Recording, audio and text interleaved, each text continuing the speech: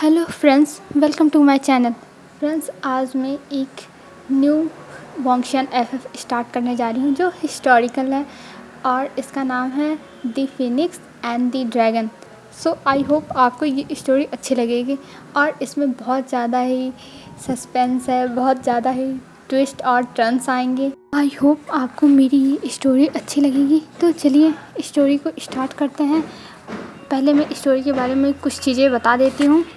एक dragon clan है, एक फिनिक्स क्लैन है। ड्रैगन क्लैन में लान वांगजी है जो ड्रैगन क्लैन का किंग है, और उसके अंकल हैं और उसके ब्रदर हैं जो दोनों भी ड्रैगन है। और लान वांगजी को इसलिए राजा बनाया गया क्योंकि लान वांगजी का जो दिल है वहाँ पे इन आयरन है, और वो इन आयरन उस दिल के पास लगा हुआ है जो दिखाई देता है एक क्रिस्टल की तरह, जैसे लगता है कि कोई क्रिस्टल चमक रहा है। और फिनिक्स क्लैन में विभूषियान है जो पूरे महल में अकेले रहता है, और बस उसके पास उसकी एक ग्रैनी है जो बचपन से ध्यान रखती हैं। इससे पहले अगर आपको मेरी वीडियो अच्छी लगे तो प्लीज़ यार लाइक, कमेंट और शेयर, और अगर आप न्यू आ रहे हो तो प्लीज़ यार सब्सक्राइब कर देना। तो चलिए आज का पार्ट हम स्टार्ट करते हैं। हमें सबसे पहले ड्रैगन क्लैन दिखाया जाता है। ड्रैगन क्लैन में बहुत सारे ड्रैगन जो थे वो जंग की तैयारी कर रहे थे, उन्हें जंग पे जाना है। और इधर जो कुरैन थे वो लान वांगजी के ऊपर गुस्सा कर रहे थे कि आखिर में तुम कैसे जाके फेनिक्स लोगों से तुम कर सकते हो जंग, हमें अभी जंग नहीं चाहिए, तुम जानते नहीं हो क्या कि हमें जंग में अभी नहीं उतरना है। तब लान वांगजी कहता है पर अंकल मैं ये जंग करके ही रहूँगा क्योंकि मैंने सोच लिया है, मैं उन लोगों को छोड़ूंगा नहीं। और आपको तो पता ही है कि ड्रैगन और फेनिक्स कितने सालों के, कितने पुराने दुश्मन हैं, और ये दुश्मनी कभी नहीं ख़त्म हो सकती, ये दुश्मनी कभी नहीं ख़त्म होगी चाहे जो हो जाए, और ये दुश्मनी चलती ही रहेगी। तो मैं और कुछ नहीं सोचूंगा, मैं बस जाके उनके क्लैन पे हमला करूंगा और उस क्लैन को बर्बाद करूंगा। तब कुरैन कहते हैं तुम वांगजी पागल हो गए क्या, एक राजा हो, तुम एक किंग हो ड्रैगन क्लैन के, तो तुम ऐसा नहीं कर सकते हो। और हमने तुम्हें किंग किस लिए बनाया था कि तुम इस पूरे राज्य की रक्षा करो, यहाँ की पूरी देखभाल करो, और तुम इस क्लैन को एक जंग में डालना चाहते हो। तब लान वांगजी कहता है पर अंकल ये जंग हमारे लिए बहुत ज़रूरी है, और आपको पता भी है कि हम ड्रैगन फिनिक्स से कितनी नफ़रत करते हैं, फिनिक्स हमारे दुश्मन है और हम उन्हें ऐसे नहीं छोड़ सकते हैं। तब जो अंकल थे वो कहते हैं तुम मेरे नज़रों के सामने से यहाँ से चले जाओ, तुम्हारा जो मन करे वो करो, बस तुम यहाँ से चले जाओ। और वहाँ पे शिशान खड़े थे। तब जो कुरैन थे वो कहते हैं शिशान इसको यहाँ से लेके जाओ, इसका जो मन करे वो करने दो, लेकिन कह दो मेरे सामने ना आए और जंग के बाद ही आके मुझसे मिले। और ये कह के अंकल अपना सर दूसरी तरफ कर लेते हैं, और यहाँ से लान वांगजी चला जाता है चुपचाप, क्योंकि उसे जंग पे जाना है, उसे युद्ध में जाना है जो फिनिक्स क्लैन है उससे लड़ने के लिए। और इधर हमें फिनिक्स क्लैन को दिखाया जाता है। फिनिक्स क्लैन में भी सब लोग एकदम जंग की तैयारी कर रहे थे, क्योंकि उन्हें उनके जो गुप्तचर हैं उन लोगों ने पहले ही ये बातें आके बता दी थी कि उनके क्लैन पे हमला होने वाला है। सो उन्हें प्रिपेयर रहना होगा, क्योंकि लान वांगजी कभी भी हमला कर सकता है, क्योंकि वो तैयारियां कर रहा था 15 दिन से। तो इसलिए जो फिनिक्स क्लैन था वो भी पूरी तैयारी में ही था, और इधर विंग जंग के लिए तैयार हो रहा था, अपने ड्रेस पहन रहा था। तभी उसके पास एक इंसान आता है, वो कहता है महाराज हम तैयार हैं हमले के लिए, आपकी बस इंतज़ार है, आप चलिए। तब जो विंग था वो कहता है हाँ ठीक है चलो, और मैं उन लोगों को बर्बाद कर दूंगा। उन लोगों ने क्या सोचा था कि वो हमारे ऊपर अचानक हमला करेंगे, हमें पता नहीं चलेगा, पर उन्हें पता नहीं कि हम उनके बहुत पुराने दुश्मन हैं, हम उनके हर चीज़ पर, हर चाल पर नज़र रखते हैं। और ये कह के विंग एक ईविल से स्माइल करता है और वहाँ से वो निकल जाता है। और विंग पूरा ब्लैक एंटायर में था, उसने पूरा ब्लैक ड्रेस पहना हुआ था, ब्लैक और रेड में था, क्योंकि विंग फिनिक्स है तो उसे रेड कलर बहुत पसंद है और वो ब्लैक कलर भी बहुत पसंद करता है। इस वजह से उसकी ड्रेस हमेशा डार्क ही रहती है, डार्क कलर की ही। और विंग वहाँ से जब निकलता है तो वो एक कमरे में जाता है, जो कमरा एकदम उस महल के लास्ट में बना हुआ था, वहाँ कोई नहीं जाता है, बस उस महल के लास्ट में विंग ही जाता है, नहीं तो वहाँ पे सिपाही बस पहरा देते रहते हैं। और विंग जब उस रूम में जाता है तब वहाँ पे देखते हैं कि एक इंसान पड़ा हुआ है नीचे। और वहाँ जाने के बाद विंग कहता है देखो तुम अपना ध्यान रखना, मैं तुम्हारे पास फिर से आऊँगा मिलने के लिए, मैं अभी जा रहा हूँ जंग पे, लेकिन जब मैं आऊँ तो तुम अच्छे से रहना और किसी को परेशान मत करना। और ये कह के वहाँ से विंग चला जाता है और वो इंसान अपना सर ऊपर करता है और एक डेंजरस सी स्माइल करता है। उस इंसान के बारे में हमें अभी नहीं बताया जाता है, बस वो स्माइल करता है और कहता है विवस्वान तुम जा रहे हो लेकिन तुम जिंदा नहीं बच के आओगे, ये मेरा प्रॉमिस है, मैं तुम्हें जिंदा आने ही नहीं दूंगा, क्योंकि ये तुम्हारे मौत की ही तो तैयारी है कि तुम्हारी मौत चाहिए सबको, बस मौत, विभूषण तुम मरोगे। और ये कह के वो इंसान वहीं पे बैठा हुआ था और उसके हाथ पैर सलामत थे, वो ठीक ठाक था, उसके ड्रेस भी ठीक थी, लेकिन उसको एक अंधेरे कमरे में बंद करके रखा गया है। और हमें अब सीधा जंग का मैदान दिखाया जाता है जहाँ पे दोनों क्लैन सामने आ चुकी थी। एक तरफ ड्रैगन क्लैन थी, एक तरफ फिनिक्स क्लैन था, और दोनों एकदम दुश्मन की तरह अपनी आँखों में खून लिए उतरे हुए थे, क्योंकि उन्हें मारना है, फिनिक्स को ड्रैगन को ख़त्म करना है और ड्रैगन को फिनिक्स को ख़त्म करना है, चाहे जो हो जाए। वो एक दूसरे को सह नहीं सकते और ये दुश्मनी बहुत बरसों पुरानी है। ये दुश्मनी किसी को उम्मीद नहीं है कि कभी ख़त्म होगी, क्योंकि जब तक फिनिक्स और ड्रैगन रहेंगे तब तक ये दुश्मनी चलती रहेगी। और किसी दिन अगर फिनिक्स और ड्रैगन क्लैन में से कोई अगर ना रहा तब सोच सकते हैं कि ये दुश्मनी ख़त्म हो, लेकिन ये दुश्मनी नहीं ख़त्म होगी, बहुत पुरानी दुश्मनी है, किसी को उम्मीद नहीं है कि ये दुश्मनी ख़त्म होगी। अब हमें दिखाया जाता है आगे का सीन। जब वहाँ पे सब लोग पहुँच गए थे तब वहाँ पर एक संत आते हैं जो एक मंदिर के संत थे, और वो कहते हैं तुम लोग इतनी लड़ाइयाँ क्यों कर रहे हो, तुम लोग हमेशा तबाही मचाते रहते हो, तुम दोनों क्लैन एक दूसरे के चक्कर में दोनों क्लैन को बर्बाद कर रहे हो, तुम दोनों की दुश्मनी पूरे क्लैन को ख़त्म कर देगी। तब लैन वांगजी और विंग उतर के आते हैं उस इंसान के सामने और उस इंसान को बहुत इज्जत से बो करते हैं, और बो करने के बाद कहते हैं गुरुजी आप नहीं जानते हो, ये लोग हमारे दुश्मन हैं और हमें अपनी दुश्मनी को ख़त्म करना ही होगा। अगर ये जिंदा रहेंगे, हम नहीं रहेंगे, तब दुश्मनी ख़त्म होगी, या फिर किसी न किसी को तो मरना होगा ना इस दुश्मनी को ख़त्म करने के लिए। तब वो गुरुजी कुछ मंत्र पढ़ते हैं और वहीं पे एक उनके सामने एक बड़ा सा पेपर आ जाता है, और उस पेपर को देखते हुए कहते हैं कि तुम लोग इस दुश्मनी को ख़त्म करने के चक्कर में हो। फिर वो स्मक करते हैं और कहते हैं लेकिन इस दुश्मनी के लिए तो गॉड ने कुछ और ही सोचा है, और तुम दोनों के बीच में जो भी होगा वो देखा जाएगा क्या होता है, और ये तो हमें फ्यूचर में पता चलेगा कि ये दुश्मनी रहेगी या फिर ये दुश्मनी ख़त्म होगी। और ये कह के वो जो साधु थे वो वहाँ से चले जाते हैं, और ये लोग यहाँ पे एक दूसरे को बहुत ज़्यादा ही गुस्से से देख रहे थे, एक दूसरे को बहुत ही गुस्से से देख रहे थे, जैसा लगता है कि एक दूसरे को मार देंगे।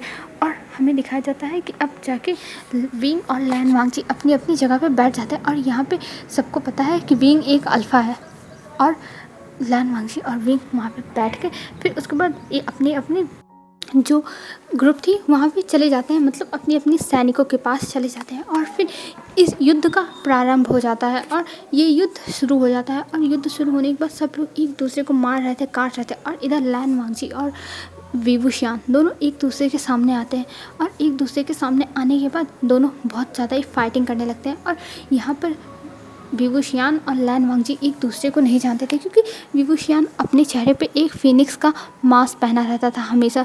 वो जब भी बाहर जाता था तब वो फिनिक्स का मास्क पहनता था, जैसे उसको कोई देख ना पाए, उसको पहचान ना पाए। और इधर लैन वांगजी वो अपने चेहरे पे एक हैंकी टाइप का बांधा रहता था, जिससे बस लैन वांगजी की जो फोरहेड का रिबन और बस उसकी आइज़ दिखती थी और कुछ नहीं दिखता था।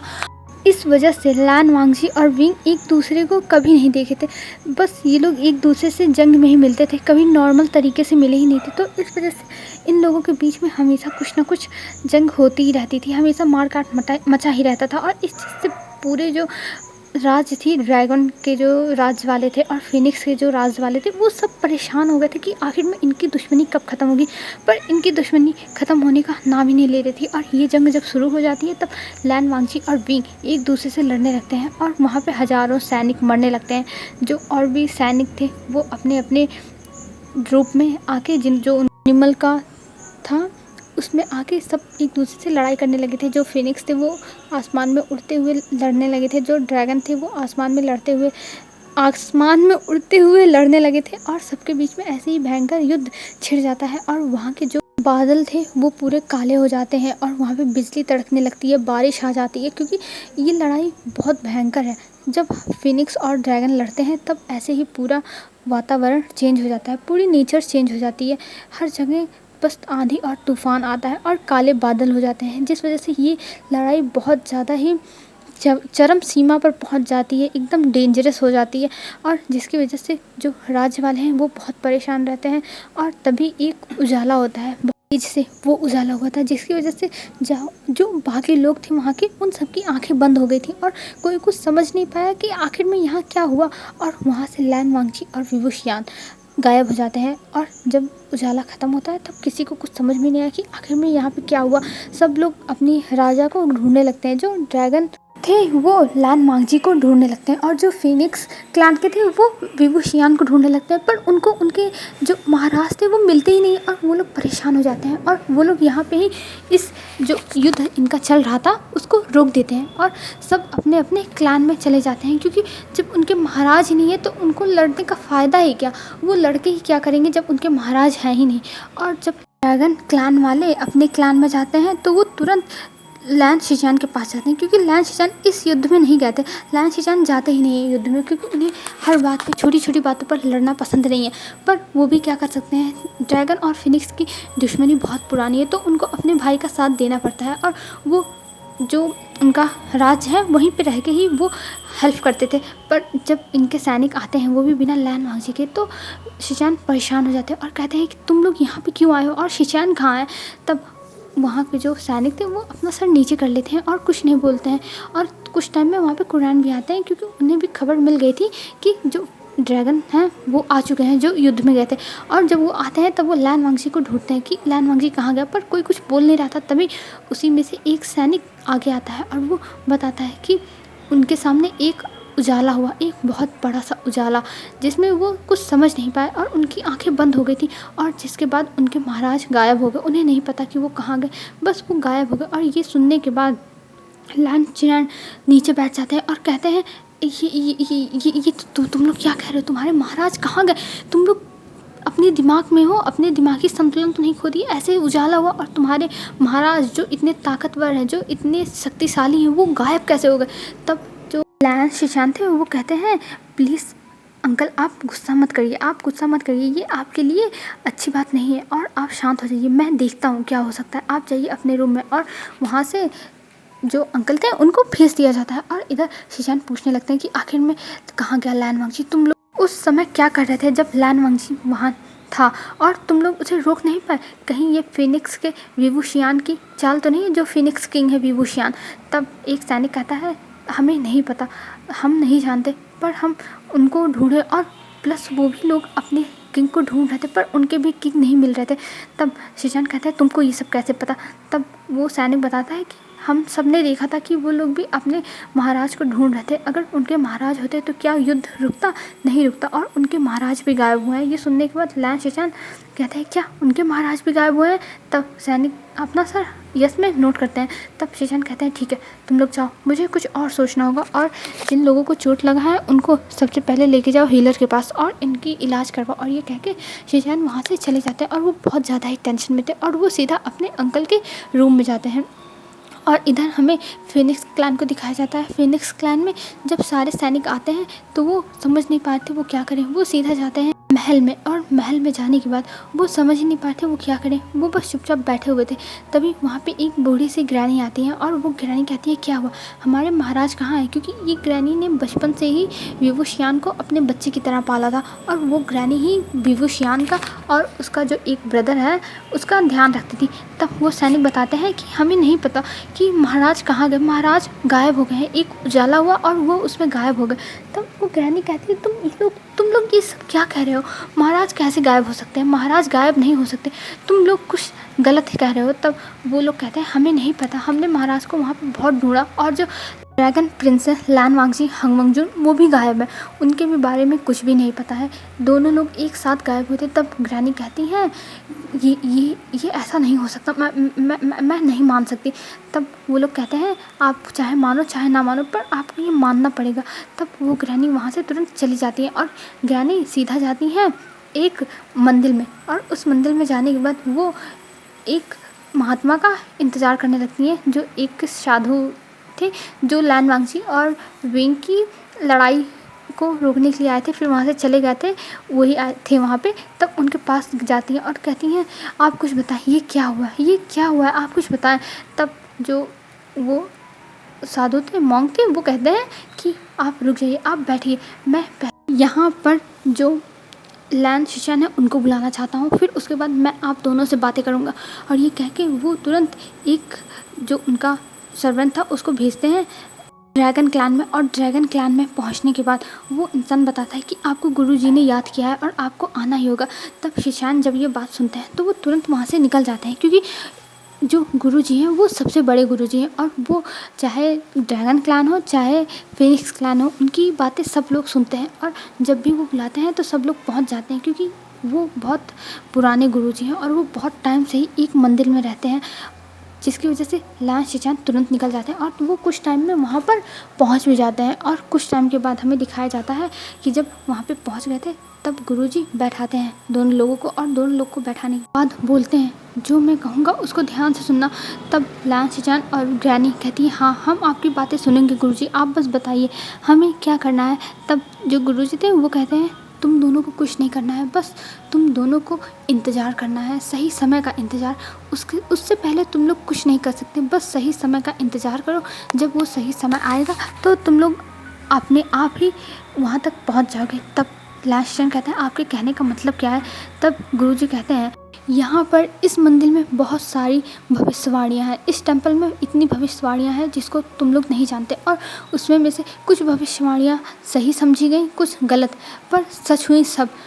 उसके हिसाब से ये एक भविष्यवाणी के हिसाब से हो रही है, तो तुम्हें ये सब होने देना चाहिए। और जो भी चीज़ लैन वांगजी और विवुशियान के साथ हो रहा है वो सब एक भविष्यवाणी का हिस्सा है, तो तुम्हें उसमें दखल देने की कोई ज़रूरत नहीं। तुम लोग जाओ और जो तुम्हारा काम है, जो तुम्हें करना है वो करो, पर इस बारे में किसी से मत कहना। और लैन वांगजी और विवुशियान को कुछ टाइम के लिए तुम लोग भूल जाओ, क्योंकि ये लोग एक भविष्यवाणी पूरा करने के लिए चुना गया है। ये कह के गुरुजी उन दोनों को जाने का इशारा करते हैं, पर इस चीज़ से लैन शिचान संतुष्ट नहीं थे। उन्हें जानना था कि आखिर में उनका ब्रदर कहाँ गया, उनका भाई कहाँ है जो इतना ज़्यादा शक्तिशाली था, और वो कहाँ चला गया। तब जो लैन शिचान थे वो कहते हैं गुरुजी अगर आप नहीं बताएंगे कि हमारा भाई कहाँ है तो हम जाके खुद ढूंढ लेंगे। तब गुरुजी स्माइल करते हैं और कहते हैं ठीक है तुम अपने भाई को ढूंढो, पर तुम उस भविष्यवाणी के बीच में कुछ भी खतरा नहीं बन सकते हो। ये याद रखना, अगर तुम उस भविष्यवाणी में खतरा बने तो तुम्हारे लिए बहुत बुरा होगा और तुम्हें उसकी सज़ा मिलेगी, ये याद रखना। और ये कह के गुरुजी कहते हैं अब मेरे ध्यान करने का समय हो रहा है, आप लोग यहाँ से जाइए। और ग्रैनी और जो लैन शिचान थे वो लोग वहाँ से चले जाते हैं। और इधर लैन शिचान और ग्रैनी बहुत परेशान थे, क्योंकि अब फिनिक्स क्लैन में कोई राजा नहीं था, कोई जो राजा के घर का है कोई नहीं है वहाँ पे। अब कौन बैठेगा कुछ टाइम के लिए। पर जो लैन शिचान थे वो भी बहुत ज़्यादा टेंशन में थे कि आखिर में उनका बेबी ब्रदर कहाँ गया। वो अपने बेबी ब्रदर से इतना प्यार करते हैं, इतना मानते हैं, और उनका ब्रदर उन्हें मिल ही नहीं रहा है, वो कहाँ गया। इसी चक्कर में वो बहुत ज़्यादा ही परेशान थे। और इधर जो ग्रैनी थी वो लैन शिचान के सामने अपने हाथ जोड़कर खड़ी हो जाती और कहती है मैं आपसे बस राजकुमार, मैं आपसे बस एक ही विनती करती हूँ। तब लैन शिचान उनका हाथ पकड़ लेते और कहते हैं अरे आप मेरे सामने ऐसा मत करिए, आप बताइए आप क्या कहना चाहती हैं। तब ग्रैनी कहती है जैसे आप अपने महाराज को लैन वांगजी को ढूंढ रहे हैं वैसे ही हमारे फिनिक्स क्लैन के महाराज को भी ढूंढने में मेरी हेल्प करिए। तब लैन शिचान देखने लगता है कि आखिर में इनके कहने का मतलब क्या है। तब ग्रैनी कहती हैं उनकी लाइफ में कोई नहीं है और जो लोग हैं वो उनसे अभी बहुत दूर है, उनसे वो अभी मिल नहीं सकती हैं, उनके पास खबर नहीं पहुंचा सकती हैं, क्योंकि खबर पहुंचने में बहुत टाइम लग जाएगा। और अभी आप ही मेरे सामने हैं जो अपने भाई के साथ मेरे महाराज को भी ढूंढ सकते हैं, तो प्लीज़ मेरी हेल्प करिए और मेरे महाराज को ढूंढने में मदद करिए। तब शिचान कहते हैं अरे आप इतनी ज़्यादा एज की हैं, आप मेरे सामने हाथ मत जोड़िए, मैं आपके महाराज को ढूंढने में हेल्प करूँगा, और जहाँ पे मेरा भाई होगा वहीं आपके महाराज भी होंगे, तो आप टेंशन मत लीजिए, मैं उनको ढूंढूंगा। और ये कह के शिचान वहाँ से चले जाते हैं और इधर जो ग्रैनी थी वो भी चली आती हैं। अब हमें दिखाया जाता है लैन वांगजी विवुशियान की तरफ। वो दोनों एक मंदिर में थे और उस मंदिर में जब वो बाहर थे मंदिर के तो उन दोनों की आंखें खुलती हैं, क्योंकि दोनों बेहोश थे और लैन वांगजी बैठा हुआ था और विवुशियान उसके गोद में था। तब लैन वांगजी की जब आंखें खुलती है तो वो विवुशियान को देखता है अपने गोद में, और वो देखता है कि अभी भी विवुशियान मास्क पहना हुआ है, और मतलब वो अपनी जंग की जो उसकी ड्रेस थी उसको पहन के ही है। और ये देखने के बाद लैन वांगजी बस परेशान हो जाता है कि आखिर में ये क्या है। फिर वो जल्दी से विवुशियान को अपने गोद से धक्का देता है और विवुशियान उसके गोद से नीचे गिर जाता है, और विवुशियान ज़ोर से आवाज़ करता है क्योंकि वो सो रहा था आराम से, पर उसकी आंखें अब खुल चुकी हैं और वो अपने सामने देखता है लैन वांगजी को।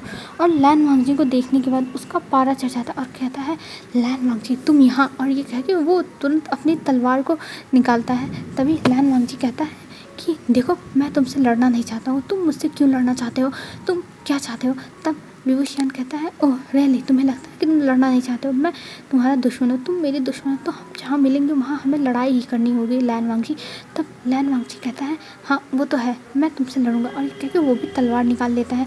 और जैसे ही वो लोग एक दूसरे से तलवार से युद्ध करने वाले थे, वैसे ही वहाँ पे बहुत ज़ोर सा बिजली का एक शॉक गिरता है और दोनों के ऊपर गिरा था, और दोनों एक दूसरे से दूर दूर हो गए थे। उन्हें समझ में नहीं आया कि आखिर में ये क्या हुआ, उनके ऊपर बिजली गिर रही है, पर क्यों, उन्होंने कौन सी गलती कर दी कि उनके ऊपर बिजली गिरने लगी। फिर वो लोग एक इधर उधर देखते हैं पर उन्हें कुछ समझ में नहीं आता है। तब लैन वांगजी और विवुशियान एक दूसरे को देखने लगते हैं। तब अभी तक लैन वांगजी ने ना विवु का फेस देखा था, ना विवुशियान ने लैन वांगजी का फेस देखा था। फिर वो लोग खड़े होते हैं और एक दूसरे से लड़ने के लिए, और फिर से उनके ऊपर बिजली गिरती है, और ऐसे ही 5-6 बार वो लोग उठते हैं और लड़ाई करने के लिए अपनी तलवारों को तैयार करते हैं। लेकिन जितनी बार वो लोग आगे बढ़ रहे थे उतनी बार उनकी तलवार एक दूसरे से लड़ने से पहले ही उनके ऊपर बिजली गिर जाती, और जिस वजह से विवुशियान और लैन वांगजी की हालत ख़राब हो जाती है। वो लोग कितना ही सहेंगे और कितने टाइम तक, उन्हें अब आराम करना चाहिए क्योंकि उनके पास इतनी पावर नहीं है। अगर वो लड़ेंगे तब भी वो लोग जीतेंगे तो है ही नहीं, वो लोग हार ही जाएंगे। तो इसीलिए दोनों बैठ जाते हैं, और जब बैठ जाते हैं तो लैन वांगजी अपने आप को हील करने के लिए फिर से वो अपनी आंखें बंद कर लेता है और वो मेडिटेशन करने लगता है। और विंग भी दूसरी तरफ बैठ के वो भी मेडिटेशन करने लगा था क्योंकि दोनों को बहुत ज़्यादा ही चोट लग गई थी। भले न लड़े हो एक दूसरे से, पर चोट तो लग ही गई थी। और इधर हमें दिखाते हैं कुछ टाइम के बाद का सीन, जब दोनों थोड़े से हील हो जाते हैं और फिर अपनी आँखें खोलते हैं और देखते हैं एक दूसरे को, पर फिर से चेहरा दूसरी साइड कर लेते हैं। पर जब वो लोग देखते हैं तो वो लोग कहीं और थे। अभी तक उन लोगों को रियलाइज़ ही नहीं हुआ था कि वो लोग कहीं और हैं, वो लोग कहीं दूसरी जगह आ गए हैं। ये सब देखने लगते हैं, और जब विंग खड़ा होकर इधर उधर देखने लगता है तो उसे समझ में नहीं आता कि आखिर में वो कहाँ आ गया। वो हर चीज़ें एकदम ज़्यादा ही एक्सप्लोर करने लगा था, देखने लगा था कि आखिर में ये कौन सी जगह है, वो कहाँ आ गया है, पर उसे समझ में नहीं आ रहा था कि वो कहाँ है। और यही चीज़ लैन वांगजी के भी साथ हुआ था, उसे भी नहीं समझ में आ रहा था कि वो क्या करे, वो यहाँ पर कैसे फंस गया है। और ये देखने के बाद वो लोग इधर उधर अपने निकलने के लिए रास्ता ढूंढने लगते हैं, पर उन्हें रास्ता नहीं मिल रहा था। और तभी विंग अपने फेनिक्स रूप में आने की कोशिश करता है, पर वहाँ पे उसकी कोई भी शक्ति काम नहीं कर रही थी, वो अपने फेनिक्स रूप में आ ही नहीं पा रहा था। और इधर लैन वांगजी जब देखता है कि विंग अपने फेनिक्स के रूप में आने के लिए इतना स्ट्रगल कर रहा है और वो नहीं आ पा रहा है, तब लैन वांगजी अपने ड्रैगन के रूप में आने की कोशिश करता है कि वो उड़ के यहाँ से निकल जाएगा, अपने क्लान चला जाएगा, पर वो भी नहीं हो पा रहा था, और वो भी नहीं अपने आप को ड्रैगन में बदल पा रहा था। और वो इस चीज़ से फ्रस्ट्रेट हुआ था, और जब विंग दिखता है तो वो समझ जाता है कि ये कोई जादुई जगह है जहाँ पे वो लोग अपने आप को नहीं बदल सकते हैं, यहाँ पे उन्हें पैदल ही चलना होगा। पर उन्हें ये नहीं पता कि वो किस तरफ जाएंगे। और तभी एक आकाशवाणी होती है, और जो बहुत ज़्यादा कड़कड़ाहट के साथ बहुत ज़्यादा ही वहाँ पे बारिश होने लगी थी, बिजली चमकने लगी थी, और उसमें में से एक आवाज़ आती है, वो भी बहुत डरावनी सी। हेलो फ्रेंड्स, आज के लिए बस इतना ही। और आप लोग कमेंट करके प्लीज़ बताना यार आप लोग को कैसा लगा, और आप लोग अच्छे से रहना, अपना ध्यान रखना। बाय बाय फ्रेंड्स, कल मिलेंगे एक न्यू वीडियो के साथ।